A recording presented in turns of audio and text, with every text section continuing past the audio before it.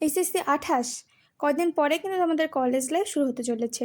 তো পড়াশোনা তো শুরু করতে হবে আস্তে আস্তে, কিন্তু পড়াশোনা শুরুর আগে সবার যে ভাবনাটা থাকে সেটা হচ্ছে বই সিলেকশন।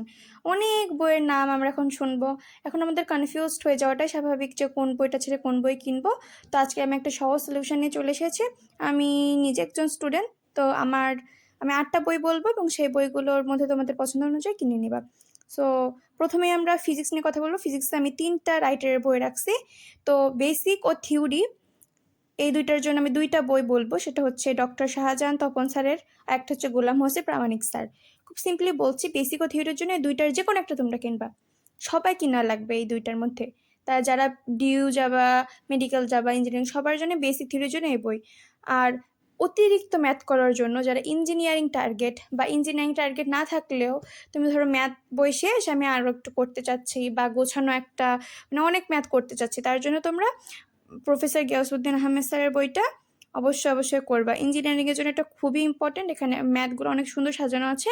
আমি যেহেতু আমার টার্গেট মেডিকেল, তো আমি তপন স্যারের বইটাই কিনছি। আর আমার মনে হয় যদি আমার টিচাররা বলে তাহলে আমি হচ্ছে গিয়াসউদ্দিন আহমেদ স্যারের বইটা কিনবো।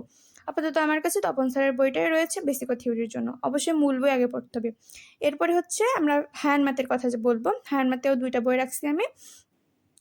এটা হচ্ছে প্রফেসর কেতামউদ্দিন স্যারের ইঞ্জিনিয়ারিং স্ট্যান্ডার্ডের বই এটা।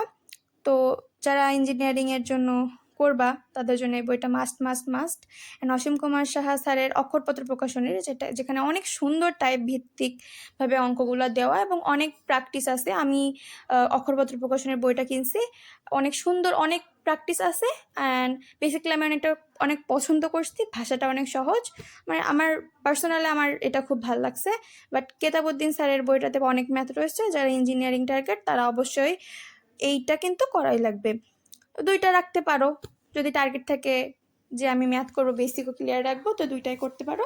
কিন্তু আমার তো টার্গেট ইঞ্জিনিয়ারিং না, তো আমি কিন্তু শুধুমাত্র একটাই বই কিনছি, অসীম কুমার সাহা স্যারের বই।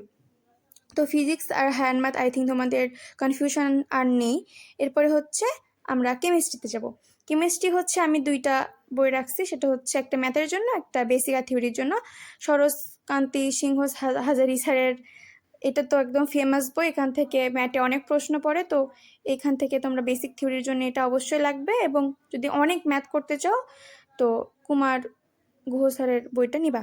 এরপরে হচ্ছে বায়োলজির জন্য তো 2টা মার্কা মারা বই আছে। The king of biology, doctor Abul Hasan স্যারের প্রথম পত্র উদ্ভিদ বিজ্ঞানের জন্য, এটা সবাই পড়ে ভাই, সবাই। অ্যান্ড কাজী আজমল স্যারের দ্বিতীয় পত্র প্রাণী বিজ্ঞান, এটাও সবাই পড়ে। এই 2টা বই একদম মানে খেয়ে ফেলবা, তাহলে তোমার হচ্ছে মেডিকেল একদম নিশ্চিত। তো আমি একবার সবগুলা বই আমি একসাথে দেখাই দিচ্ছি, তোমরা একটু স্ক্রিনশট মেরে রাখতে পারো। আর এত কনফিউশন হওয়ার দরকার নেই, বুঝতে পারছো? দেখো তোমাদের বই কিন্তু ওই কিনবাই, একই বই কিনবে সবাই, অত ছোটাছুটি না করে। আমার এইটা দেখো, আমি একজন নিজে এসএসসি 28-এর স্টুডেন্ট, তো আমি যেগুলো কিনছি সেগুলোর পাশাপাশি অতিরিক্ত যেগুলো দরকার, অনেক ঘাটাঘাটি করার পরে গুগল, তারপর আমার টিচার, এডটেক, অনেক ঘাটাঘাটি করার পরে আমি হচ্ছে এই 8টা বই সিলেক্ট করছি।